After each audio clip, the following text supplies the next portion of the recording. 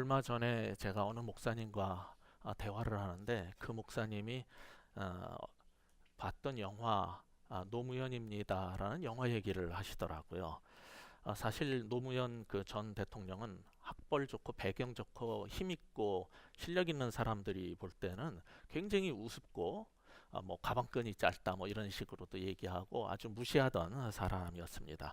잘난 거 하나도 없어서 세상에서나 정치권에서도 도저히 대통령이 될 만한 그러한 여건이 아니었는데, 참 특이한 것은 평범한 수많은 사람들의 후원과 지지로 말미암아 대통령이 된 특수한 케이스였죠. 그런데 그 사람의 이야기를 영화로 만든 그 감독이 어떤 분이냐면은 소위 노빠라는 사람도 아니고 그 참여정부의 초기부터 모든 정책에 대해서 굉장히 비판적인 사람이었대요. 그런데 그가 죽고 난 다음에 많은 시간이 흘렀는데도 그 추모의 열기가 사그러들지 않고 계속적으로 엄청난 영향을 끼치는 걸 보면서 도대체 저 사람은 누구인가, 그것을 알고 싶어서 사람들을 찾아다니면서 인터뷰를 했던 내용을 가지고 만든 다큐 영화라는 거예요. 그런데 그 목사님은 그 영화를 보면서 이전에 알지 못했던 것들을 많이 새롭게 알게 됐다는 거예요. 인터뷰에 의하면은 그 노무현하고 만나서 이야기했던 사람들은 대부분이 선입관 없이 만났거나 그를 미워하는 게 없이 그를 만났던 사람, 일단 만나서 얘기하고 나면은 대부분 노무현의 열렬한 후원자가 됐다는 거예요. 왜냐면은 그 이유가 저는 궁금했는데, 노무현에게는 굉장한 매력이 있었다는 겁니다. 그게 뭐냐면 그 가슴 속 깊이 뼛속 깊숙이 스며 있는 약자에 대한 연민과 정의에 대한 불타오르는 그 심정, 그리고 불의에 대한 분노가 있었다는 거예요. 그런데 그들이 하는 얘기가 그 분노 속 깊숙한 곳에는 헤아릴 수 없는 슬픔이 있었다는 거예요. 그걸 깨달은 사람들은 그에게 소위 노무현에게 중독됐다라고 그들이 표현을 했다는 거예요. 저는 그 얘기가 굉장히 특이하게 들렸어요. 노무현에게 중독이 되었다. 그래서 그의 열렬한 지지자가 되었다는 겁니다. 이 시대가 어떤 시대냐면은 모두가 자기 앞길과 성공과 출세에 눈이 먼 세상이에요. 이런 세상에서 약자에 대해서 배려를 하고 정의에 대해서 불타오르는 그런 심정을 갖고 또 불의에 대해서 그렇게 슬픔과 아픔을 갖고 있는 거는요 굉장히 힘든 얘기고, 그런 인물이 성경에 나오는 사람으로서 누구냐면 예수님이에요. 예수님이 예루살렘을 보면서 우셨어요. 분노했고 우셨던 분이에요. 그리고 소위 그렇게 불의에 대해서 분노하고 약자에 대한 아픔과 슬픔을 갖고 살아야 될 사람이 누구냐면 우리 그리스도인들인데, 그 목사님이 그 영화를 보면서 하는 얘기가, 나는 그러한 그리스도인의 모습을 교회가 아닌 세상 속에서 발견했다는 거예요. 그게 너무 아이러니하고도 마음이 아팠다는 거예요. 저 역시 그 얘기를 들으면서 마음이 답답했어요.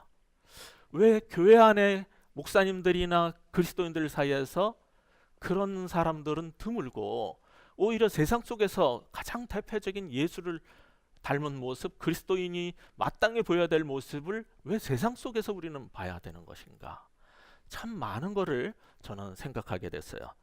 이 노무현 전 대통령처럼 선호가 분명하게 갈리는 사람 이야기에 대한 영화 얘기를 왜 설교 초두에 하느냐 하면은, 오늘 우리가 읽었던 본문 속에서 그런 사람을 우리가 보게 되기 때문입니다. 여러분이 짐작하시겠지만 그 사람은 사도 바울입니다. 사도 바울은 데살로니가에서 복음을 전하다가 쫓겨났고 베레아로 보내졌는데, 베레아에 가서 열심히 복음을 전하다가 위험에 빠지자 사람들은 27장 15절에서 보듯이 그를 바닷가까지 피난을 시켰어요. 거기서 배를 타고 이제 아덴에 가게 된 겁니다. 그러면서 속히 이 신라와 디모데를 나한테 데려와 줬으면 좋겠다. 복음을 전할 때 함께 팀으로 우리가 복음을 전하고 싶다. 그런 말을 했어요. 근데 그 문제는 당시의 교통 상황에서 쉽게 해결될 일이 아니어서 이 아덴 전도가 끝나고 나서 고린도에 갔을 때 겨우 같이 만나게 됩니다. 그렇지만 홀로 남아 있었던 이 사도 바울은 그렇다고 전도에 그 끈을 놓지 않고 홀로이지만은 그 도시 가운데로 들어간 거예요. 그게 16절 우리가 읽었던 첫 절입니다. 다시 우리 16절 한번 읽어보시겠습니다. 시작.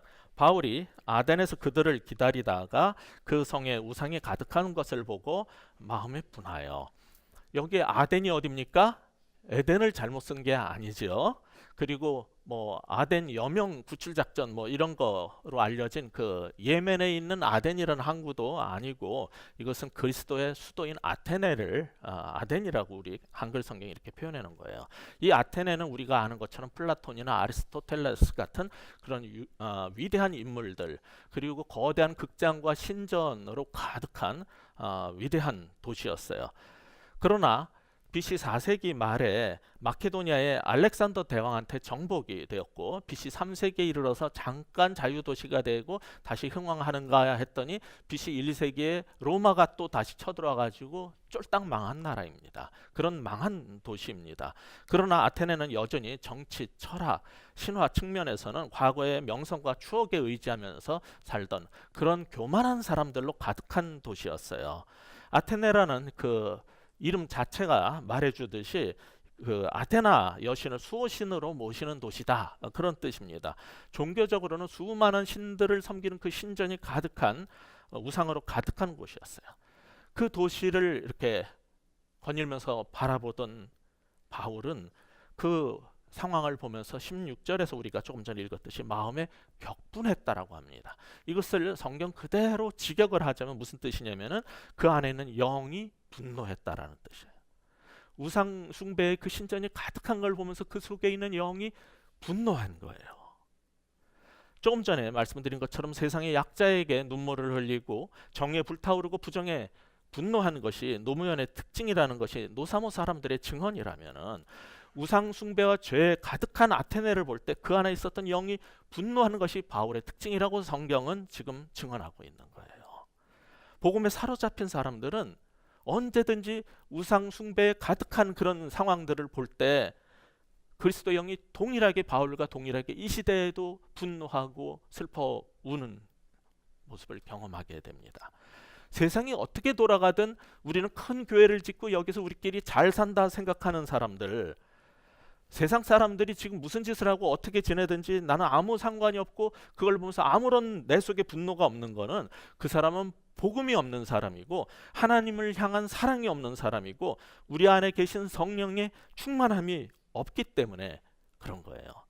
만약에 우리가 하나님을 사랑하고 성령이 충만하다면은 하나님이 사랑하시는 것을 우리도 사랑하게 돼 있고 하나님이 미워하는 것을 우리도 미워하게 되어 있어요.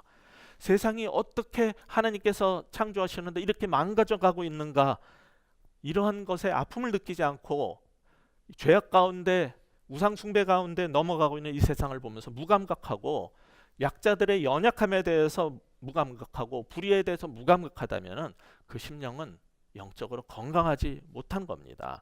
그래서 이런 것을 보면서 바울은 어떻게 했느냐면 분노만 한 게 아니었어요. 어떻게 합니까? 모든 기회를 통해서 복음을 전하려고 애를 썼어요. 그게 17절, 18절 이야기입니다. 우리 다시 한번 읽어보겠습니다. 17절 시작. 회당에서는 유대인과 경건한 사람들과 또 장터에서는 날마다 만나는 사람들과 변론하니 어떤 에피쿠로스와 스토아 철학자들도 바울과 쟁론할세 어떤 사람은 이르되 이 말쟁이가 무슨 말을 하고자 하느냐 하고 어떤 사람은 이르되 이방 신들을 전하는 사람들인가 보다 하니 이는 바울이 예수와 부활을 전하기 때문이로라. 이 의분이 탱천한 이런 바울은 회당에 가서는 유대인들에게 이렇게 살면 안 된다, 이 아테네 가운데 여러분 유대인들을 둔 이유는 이렇게 살면 안 된다는 것이다 라면서 분명한 복음을 전했을 거예요.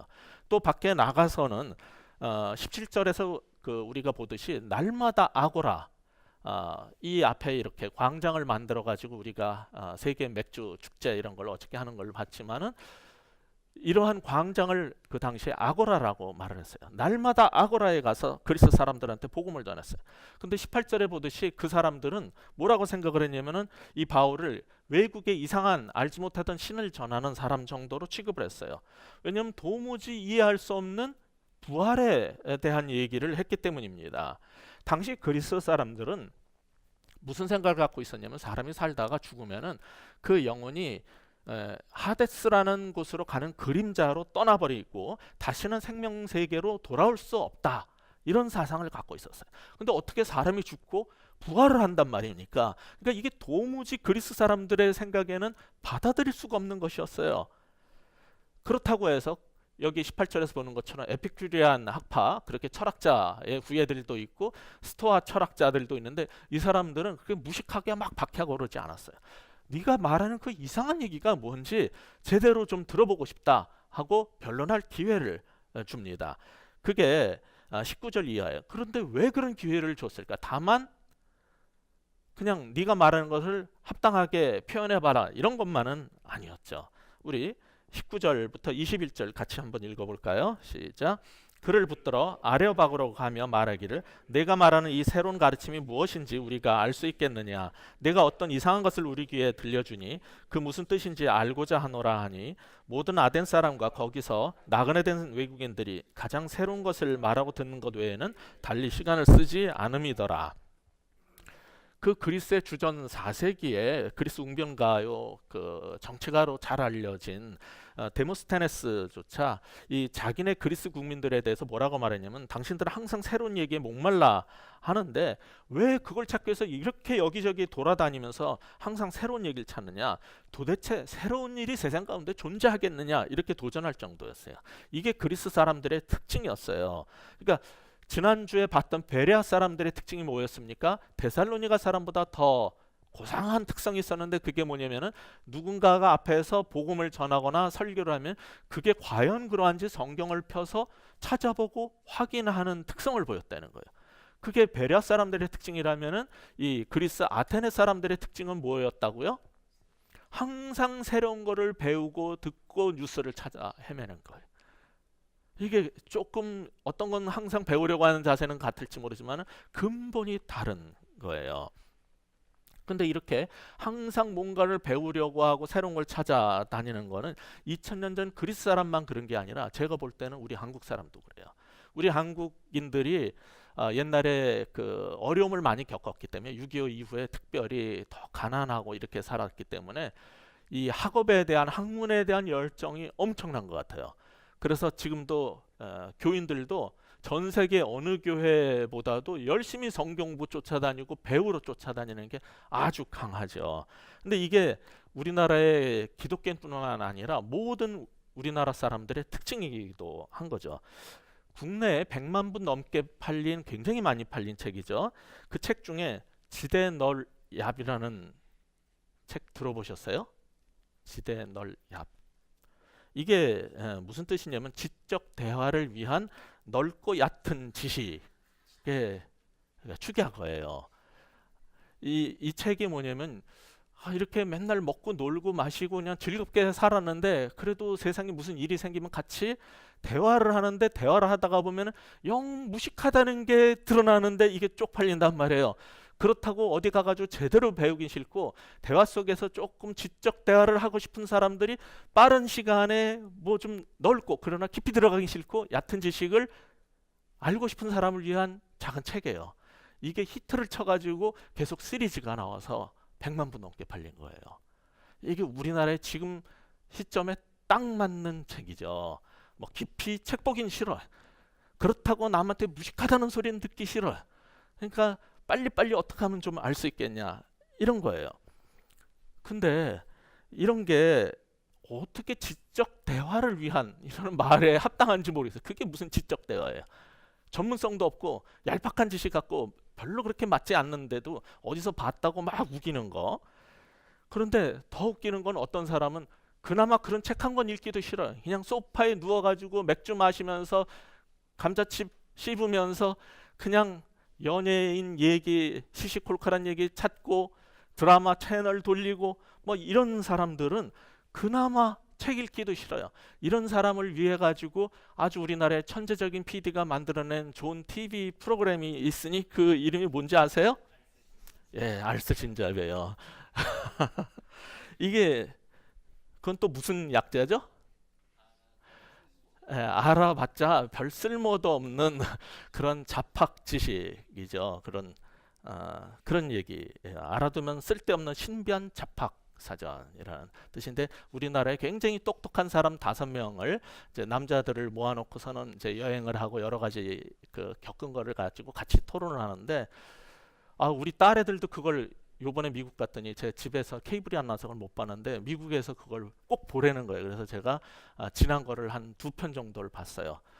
근데 이게 무슨 평을 듣냐면은 아니 술도 안 마시고 그리고 여자들이 떠는 수다도 아니고 남자들의 수다가 여자들 수다보다 더 재밌다는 거를 발견한 거예요, 여자들이. 예. 근데 저는 그 PD가 작가가 굉장히 양심적이라고 생각해요. 아무리 그러한 잡학 얘기를 박학다식한 얘기를 많이 해봤자 이거 다 쓸데없다는 거를 알고 있어요. 근데 그의 천재적인 예능감을 가지고 그걸 구성을 잘해서 재밌게 만들어낸 거죠. 여러분 살다가 보면요, 그냥 지적 대화를 위해서 얄팍하고 그냥 넓은 지식이라든지 뭐 이런 잡학다식한 거를 많이 얘기를 해봤자 살다가 어떤 위기에 처해 보세요. 인생에 위기가 처하면은 그 많은 잡학다식이 아무 쓸모가 없다는 걸 알게 될 거예요. 법 얘기도 그렇게 아는 척했지만은 정말 중요한 때는 전문적인 법 지식이 있는 변호사가 필요하고 아무리 과학 얘기를 재미나게 해도 내가 췌장암 걸려봐요. 내가 어떤 문제에 정말 불치병에 들어가 봐요. 그러한 에이즈 개발 약을 치료할 수 있는 약을 개발할 수 있는 전문성을 가진 사람만이 세상을 구하는 거지 잡학다식 많아봤자 소용이 없어요. 이 세상을 살다 보면 여러분이 너무나 외롭고 힘들고 고통스러울 때 술 한 잔으로 짠 하고서는 해결할 수 있는 때도 있지만은 정말 힘들 때에는 하나님이 살아계시다면 그 하나님 외에는 복음 외에는 나를 살릴 존재가 없다는 것을 죽음과 생명의 경계에 서면 알게 돼요. 근데 그걸 깨닫는 순간이 이미 되게 너무 늦어요. 곧 하나님께 가야 되는 경우도 있고 그냥 그걸 깨닫기 전에 가는 경우도 있어요. 그렇기 때문에 우리는 이런 얄팍한 지식에 매이면 안 되는 거죠. 그런데 이 그리스 사람들은 항상 새로운 거, 재미난 얘기 이런 걸 찾아 돌아다니는 사람들이에요.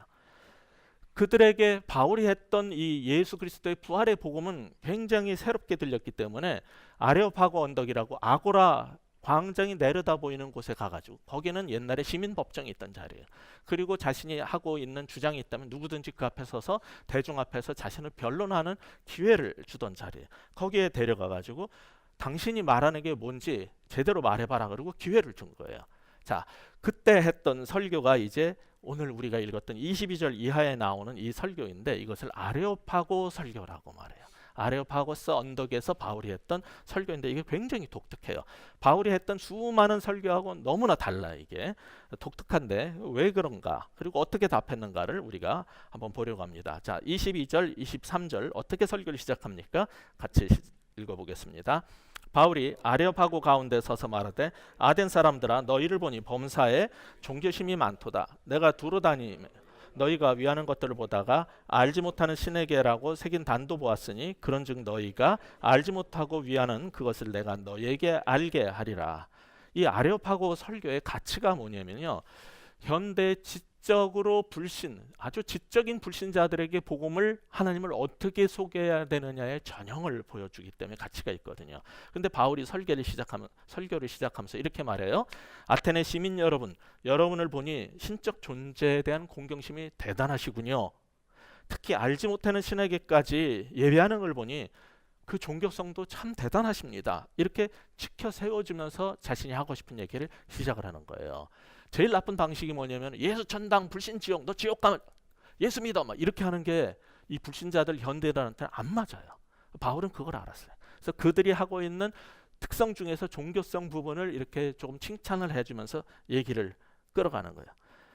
근데 요즘에도 그렇지만은 복음을 전할 때 제일 큰 장애물이 뭐냐면은 이런 자연 신론이에요. 온 세상이 다 신적인 게 아니냐, 알지 못하는 미지의 신에게까지 우리는 다 예배를 하고 있다, 이런 자연 신론이라든지 뉴에이지 사상 같은 것을 극복하면서 예수 그리스도의 복음을 전하는 게 제일 어려운 전도자의 과제가 되죠. 그러면은 이 아레오파고 설교에서 바울이 강조했던 복음의 핵심이 3가지가 나오는데 그게 뭘까요? 자, 먼저 24절, 25절에 첫 번째가 나옵니다. 같이 읽어보겠습니다. 시작. 우주와 그 가운데 있는 만물을 지으시는 하나님께서는 천지의 주재시니 손으로 지은 전에 계시지 아니하시고 또 무엇이 부족한 것처럼 사람의 손으로 섬김을 받으시는 것이 아니니 이는 만민에게 생명과 호흡과 만물을 친히 주시는 이십니다. 예, 바울이 전하려는 기독교 신앙의 첫 번째 핵심적 가르침이 뭐냐면은 하나님은 창조주시다 이 얘기예요. 이 그리스의 창조주 개념이 없었던 게 아니에요. 유대 기독교만 있는 게 아니에요. 그리스에도 창조주 개념이 있었어요. 플라톤과 에픽테투스의 저술에도 나오는데 거기에서 시작을 해서 야훼 하나님이 너희들이 생각하는 그 진짜 창조주다 그 얘기를 하고 싶은 거예요, 바울은. 그래서 그렇게 연결을 해 나가죠. 그러면서 만약에 내가 전하려는 이 야훼 하나님이 진짜 너희들이 그렇게 추구했던 창조주라면은 그 다음에 거기 결과 어떤 일이 벌어지느냐? 첫째, 그 하나님을 성전에 묶어두려는 신앙을 벗어나야 한다는 거예요. 이미 사도행전 7장 48절에서 스데반이 예루살렘 성전에 대한 설교를 할 때 그 얘기를 강조했었어요. 그때 제가 설명을 드렸지만은 혹시 이제 이전에 그런 것을 못 보신 분들은 이제 제가 쓴 사도행전 강해 1번 책을 보실 수도 있고 유튜브나 또 베이직 교회 홈페이지에 들어가면 그 설교가 있으니까 그때 확인해 보세요. 제가 그때도 잠깐 언급했지만 이거는 스데반이 사도행전에서 처음 한 얘기가 아니고 구약에서 이미 솔로몬이 성전 봉헌 예배를 할 때 기도를 하다가 깨달은 사실이에요. 열왕기상 8장 27절에 보면은 하나님이 참으로 땅에 거하시리까 하늘과 하늘들의 하늘이라도 주를 용납하지 못하겠거늘 하물며 내가 건축한 이 성전이오리까. 하나님은 인간이 지은 성전에 가둬놓을 수 없는 분이고 아무리 성전에 하나님이 계시다라고 주장을 해도 하나님은 그곳에만 갇혀 있는 분이 아니라는 거예요. 왜냐하면 그는 창조주고 온 세상의 주인이고 온 세상에 거하시기 때문에. 그러니까 너희들 가만 보니 이게 지금 이 얘기를 어디서 하는 거냐면 수많은 거대 신전에 둘러싸인 아레오파고 언덕에서 얘기를 하는 거거든요. 너희들 저렇게 큰 신전 세워놓고 신에게 예배를 드리는데 하나님은 저런 신전에 거하시는 거 아니야. 이 얘기를 하는 거. 왜? 너희들이 생각한 것처럼 하나님은 창조주시거든. 하나님은 저런 신전에 갇혀 있는 분이 아니야. 이 얘기를 하는 거예요. 엄청난 도전적 얘기죠. 근데 이 사상을 한국 기독교인들이 모르고 있다는 게 더 문제예요. 한국 기독교는 옛날부터 뭘 했냐면 거대한 성전을 짓는 게 목회자들의 목표였고 하나님은 성전에 거하신다고 성전에서만 예배를 드려야 된다라고 하고 성전 중심 신앙으로 해가지고 하나님을 성전이라는 벽 안에 가둬버렸어요. 근데 사실 그리스 사람들도 아까 말씀드렸지만은 스토아파의 창시자가 제논이라는 사람인데 그 사람이라든지 에우리피데스 같은 사람도 이런 얘기를 했어요. 건축가가 세운 어느 건물이 신을 벽으로 둘러싼 내부에 모셔드릴 수 있겠느냐. 그리스 사람들도 깊은 철학을 한 사람은 그걸 알았어요. 근데 대다수의 그리스 사람들은 신전에 우상을 만들어 놓고 신전 속에서 예배를 드리고 한국 기독교인들은 구약에서부터 신약에서부터 계속 나오는데 이거를 안 가르치고 계속 성전 중심 신앙으로 만들어버린 거예요. 이게 굉장히 이상한 거죠.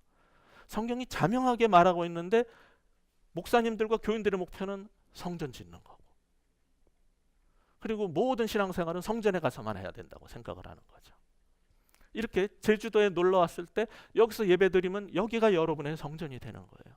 이것은 그냥 이 플레이스 캠프 호텔의 한 강당이지만은 이곳이 성전이 될 수 있는 거고 여러분이 일하는 일터에서 여러분이 기도하고 그리스도인답게 살면서 일을 하면 그곳이 여러분의 성전이 될 수 있는 게 성경의 가르침인데 이걸 싫어하는 거예요. 전부 다 사람을 이 건물 속으로 모으려는 거죠. 그리고 제사를 다시 또 반복해서 드리려는 거죠. 자, 하나님이 창조주라면은 첫 번째 거기에 따라오는 게 뭐냐면 성전이라는 어떤 건물 속에 가둬둘 수 없다는 거고 두 번째 뭐냐면은 25절에서 말하는 것처럼 하나님은 인간의 섬김을 받지 않는 충족성을 가지신 분이라는 거예요. self-sufficiency라고 하죠. 영어로는 하나님은 완전 자기 충족성을 갖고 있기 때문에 그 결과는 뭐냐면 우리한테 나 돈이 없어 그러니까 니네들 돈 좀 내. 그리고 돈 걷고 나 너무 배가 고프니까 고기 재물 좀 바쳐. 내가 죽고 살 집이 없으니까 빨리 집 좀 만들어줘. 야, 이 집이 이게 꼬라지가 뭐냐? 이거 인테리어 좀 바꾸고 좀 멋있게 해줘. 이런 거를 안 한다는 거예요, 하나님이. 왜냐하면 하나님은 온 세상을 다 창조하신 분이고 충족한 셀프 서피션트한 분이기 때문에 뭐가 부족해서 사람한테 요구하고 달라고 하는 분이 아니라는 거예요. 그게 여기서 지금 창조주 하나님 얘기를 하면서 바울이 이어서 말하는 중요한 핵심이에요. 아까 말씀드린 것처럼 제논과 함께 스토아학파의 제논과 함께 에우리피데스라는 철학자도 그가 진정신이라면 아무것도 필요로 하지 말아야 된다는 게 그리스의 신관의 핵심이었어요. 깊은 철학자들은 그걸 알았어요. 진정한 신은 아무것도 필요로 하지 않아야 된다. 근데 지금 바울이 그 얘기를 하는 거예요. 하나님이 너희가 생각했던 그 만물의 창조주이시고 그는 사람의 손으로 섬김을 받지 않는다. 근데 뭘 우리가 하는 얘기가 있죠. 내가 이 성전을 하나님께 지어서 바쳤대. 뭐 내가 뭐 수억을 하나님께 봉헌을 하고 드렸고 하나님 위해서 내가 이런 일을 했고. 웃기는 소리죠. 사람이 하긴 뭘 해 하나님한테. 하나님은 어떤 분이냐면은 여기 성경에서 뭐라 그러냐면 25절 그 부분에서 계속 나오는 얘기가 하나님은 우리에게 무엇을 달라고 하시는 분이 아니라 오히려 만민에게 생명과 호흡과 심지어 만물을 친히 주시는 분이라는 거예요. 자, 첫 번째 여기서 바울이 전하려는 게 뭐냐면 하나님은 창조주시다.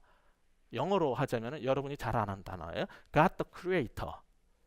하나님은 창조주, 크리에이터다. 두 번째 지금 여기서 말하는 게 하나님은 뭘 받으시려고 하는 분이 아니라 우리에게 주려고 하는 분이다. God the Provider. 공급자 하나님. 하나님은 God the Provider. 공급자예요.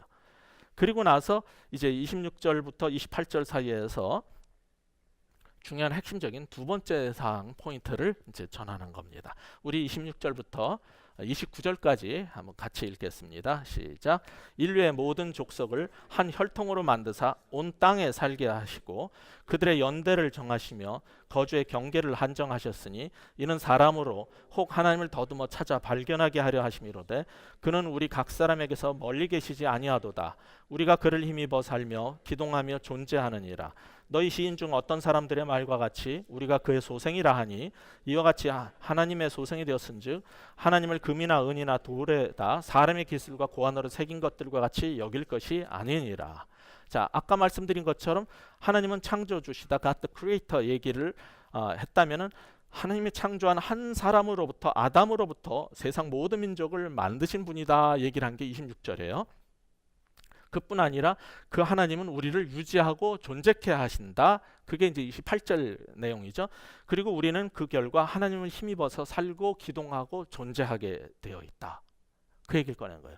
그래서 미국 사람들은 뭐라 그러냐면 우리나라 사람들은 항상 하나님 얘기할 때 창조주 하나님, 구원자 하나님밖에 모르는데 아까 말씀드린 것처럼 God the Creator, 창조주 하나님, 그 다음에 God the Provider, 공급자 하나님, 그 다음에 세 번째 나오는 게 God the Sustainer,예요. 우리를 유지시켜 주시는 분, 우리를 존재케 하시고 계속 살아갈 수 있도록 붙잡아 주시는 분, God the Sustainer.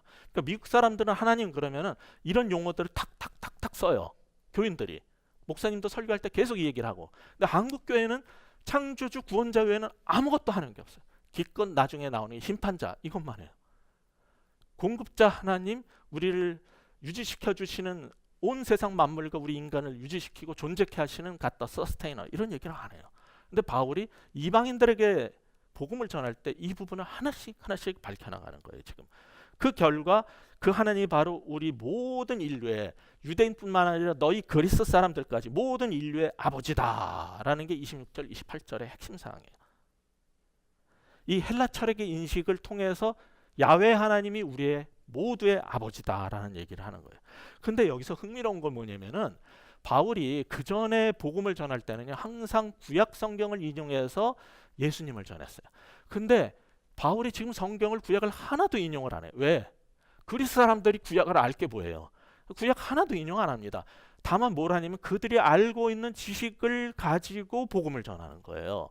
그래서 너희 어떤 시인이 말하되 그 당시에 헬라의 아라투스라는 시인이 했던 얘기, 또 어떤 그 제우스 찬가라는 시를 쓴 클레안테스의 그 시의 한 부분을 인용을 해서 이제 이 얘기를 하는 거예요. 너희들이 뭐 이런 시가 있지 않냐? 우리가 모두가 그 신의 소생이다. 맞다. 그 신이 누구냐? 야훼 하나님이다. 이 얘기를 이렇게 끄집어 가는 거예요. 그러면서 그리스 사람들이 갖고 있었던 이런 신의식과 그들의 철학을 가지고 내가 말하고 싶은 예수 그리스도의 복음, 야훼 하나님의 복음으로 연결시켜 나가면서 이제 뭘 하냐면은 회개의 믿음의 촉구를 하는데, 이걸 뭐라고 이제 시작을 하냐면 27절에 보면은 하나님은 그래서 알 수 없는 분이 아니라 다 알 수 있다. 그러니까 너희들은 그 하나님을 찾아서 믿어야 됐다. 그 얘기를 꺼낸 거예요. 그래서 여기서 중요한 두 번째 포인트가 나오는데 뭐냐면은 인간은 그분이 심어준 이런 본성의 흔적을 통해서라도 하나님을 더듬어 찾아야 했다는 거예요. 누군가가 와서 나한테 복음을 전하지 않았기 때문에 내가 예수님을 만날 수 없었다라고 핑계하면 안 된다는 거예요. 하나님은 모든 사람 속에 이런 신의식을 심어놨기 때문에 다 알 수 있었다는 거예요. 너희가 그를 더듬어서라도 찾아서 만났어야 됐다는 거예요. 근데 이게 안 됐어요. 그 결과가 뭐냐면 우상숭배 해버린 거예요. 그 얘기를 확장시킨 게 로마서 1장이거든요. 그 로마서 1장 19절 이하를 여러분이 찾아서 보시면 이런 얘기가 나오죠. 이는 하나님을 알만한 것이 그들 속에 보임이라. 하나님께서 이를 그들에게 보이셨느니라. 창세로부터 그의 보이지 아니하는 것들 곧 그의 영원하신 능력과 신성이 그가 만드신 만물에 분명히 보여 알려졌나니 그러므로 그들이 핑계하지 못할지니라. 하나님을 알되 하나님을 영화롭게도 아니하고 감사하지도 아니하고 오히려 그 생각이 허망해지며 미련한 마음이 어두워졌나니 스스로 지혜 있다 하나 어리석게 되어 썩어지지 아니하는 하나님의 영광을 썩어질 사람과 새와 짐승과 기어다니는 동물 모양의 우상으로 바꿨느니라. 예. 이는 그들이 하나님의 진리를 거짓 것으로 바꾸어 피조물을 조물주보다 더 경배하고 섬김이라. 주는 곧 영원히 찬송할 이시니라. 아멘. 이 얘기가 이제 로마서에서 발전돼서 나오게 되는 거예요. 그러니까 이게 아이러니가 뭐냐면요, 세상에서 가장 지혜롭고 똑똑하다는 사람이 누구냐면 그리스 사람들이거든요. 철학을 한 사람. 그런데 가장 지혜롭고 똑똑하고 철학적인 사람들이 우상 숭배를 가장 잘해요. 제가 볼 때는 우리나라 똑같아요. 현대인들 가운데에서 정말 명문대학을 나고 유학을 갔다 왔다 하고서는 세상에서 가장 잘났다는 사람들도 앞장서서 우상숭배를 해요. 그게 굉장히 이상해요. 우리가 얼른 생각할 때 우상숭배는 무식하고 못 배운 사람들이 할 것 같죠. 그리스 헬라 철학자들이 한단 말이에요. 똑같이 이 시대에도 한국에도 가장 똑똑하고 잘난 척하는 사람들이 회사 공장을 지어놓고 막 그 돼지머리 놓고 절하고 하는 거 보면은 첨단 SF 영화를 찍는데 돼지머리에다가 돈을 꽂아야 되고 이런 걸 보면은 정말 신기한 거예요. 가장 잘나고 똑똑하다는 사람들이 우상숭배를 제일 잘해요. 지금 여기서 보여주고 있는 거예요.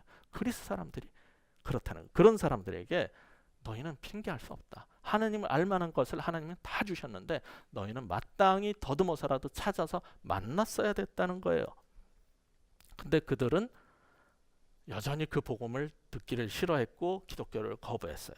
그게 32절 말씀이죠. 그들이 죽은 자의 부활을 듣고 어떤 사람은 조롱도 하고 어떤 사람들은 이 일에 대하여 내 말을 다시 듣겠다 하니, 누가는 이 아레오파고스 설교를 이방인을 향한 바울 설교의 백미로 그려내요. 그런데 이 아레오파고 메시지는 유대적 신관이 전혀 없는 이방 그리스 사람들에게 유대적 기독교의 핵심을 지적, 철학적, 논리적으로 가장 잘 제시한 설교거든요. 그럼에도 불구하고 지적인 아테네 사람들을 향한 이러한 바울의 논리학적이고 설득 측면에서 가장 뛰어난 복음 전도는 큰 열매를 거두지 못했어요. 이 사실을 우리는 주목해 봐야 돼요. 그들은 조롱을 하거나 다음 기회가 되면 한 번 더 듣겠노라 이렇게 넌지시 거절을 예의 있게 합니다. 적어도 똑똑한 사람은 옛날에 바울이 복음 전하러 갔을 때 그런 것처럼 막 잡아 죽이려고 들고 막 감옥으로 보내고 폭동을 일으키는 일을 안 합니다. 그리스의 철학적이고 지적이고 잘난 사람은요, 21세기의 서울의 한국의 잘난 사람은요, 기독교 전하면 예의 있게 거절을 하지, 야 그럼 말도 안 되는 소리 하지 마 이러지 않습니다. 이렇게 그냥 거절을 해요. 그래서 바울이 복음을 최선을 다해서 전했건만 별 열매가 없었거든요. 그래서 고린도전서 1장 22절에 가면 뭐라 그러냐면은 이 복음을 뭐라고 불렀냐면은 foolishness to the Greeks라 그래요. 그리스 사람들에게는, 헬라인에게는 미련한 것이요. 자기가 그렇게 철학적으로, 지적으로, 논리학적으로 잘 전했는데 가만히 지나고 나서 보니까 이거 다 그리스 사람들에게는, 잘났다는 사람한테는 복음 이거 다 미련한 얘기로 들리는 거다. 그러면 어떻게 전해야 되냐? 이제 그렇게 안 한다는 거예요. 그 정도로 이 아테네 설교는 망했어요. 우리는 복음을 전하려고 할 때 사람들이 안 믿고 안 받아들이면 좌절하죠. 근데 좌절하지 마세요. 왜냐하면 바울과 같은 위대한 하나님의 종이 복음을 전해도 겨우 한 줌의 사람만 믿을 뿐이에요. 어떤 사람이 믿었다고 나와요? 3절 4절 마지막 두 절 읽겠습니다. 시작. 이에 바울이 그들 가운데서 떠나매 몇 사람이 그를 가까이 하여 믿으니 그 중에는 아레오바고의 관리 디오누시오와 다말이라는 여자와 또 다른 사람들도 있었더라. 유대인들에게 복음 전하다가 투옥당한 적은 있었어도 교양에 있는 그리스 사람들한테는 그런 일을 안 당했지만은 옛날엔 쫓겨났지만 요번엔 딱 보니까 거의 안 믿거든요. 그리고 조롱하고 아주 예의 있게 거절을 하거든요. 그래서 요번에는 그리스 사람들이 마음이 다쳤다는 걸, 철저하게 닫혀있다는 걸 보고 바울 자신이 그들을 떠나버려요. 그런데 이상한 일이 벌어진 거예요. 그가 아테네를 버리고 떠나니까 사람들이 그에게 찾아 나왔다는 거예요. 이게 이상한 거예요. 가끔가다 우리는 하나님을 위해서 내 힘과 능력과 모든 걸 다해서 최선을 다해요. 근데 안 돼요. 그래서 그냥 포기하고 하나님께 다 올려드리고 떠나면은 하나님이 역사하시는 게 있어요. 이게 신비로운 일이에요.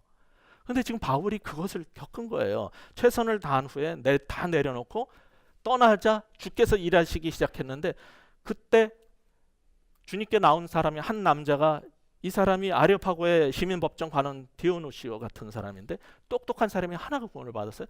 이 사람하고 여자 몇 명이 왔는데 이 사람이 후대 전설에 의하면은 이 아테네 초대 감독이 된 사람이에요. 그러니까 우리가 최선을 다해서 복음을 전했는데 망했다. 망한 게 아니에요.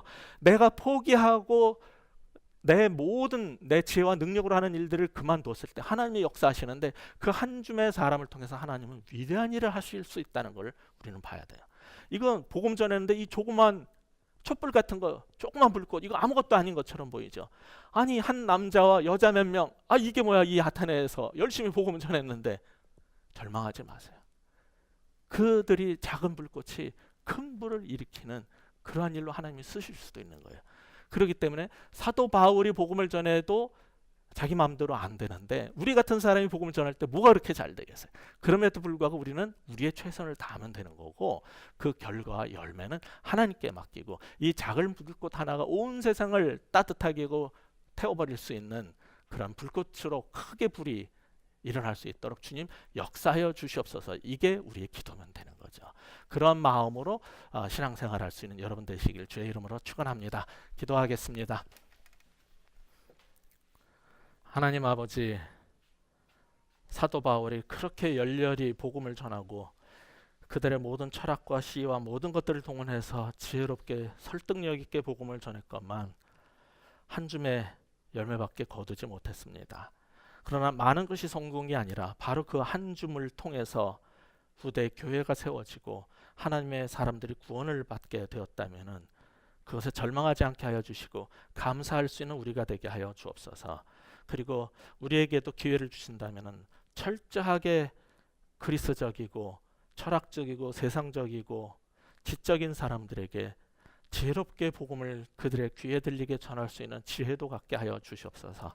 그러나 사람의 권하는 말로 하지 아니하고 오직 능력과 큰 확신과 성령의 나타나심으로 할 수 있는 우리들 되게 하여 주시옵소서. 그리고 결과는 오직 주께 맡길 수 있는 믿음의 전도자들 모두 되게 하시고 믿음의 증인들 모두 되도록 주의 백성들을 축복하여 주시옵소서.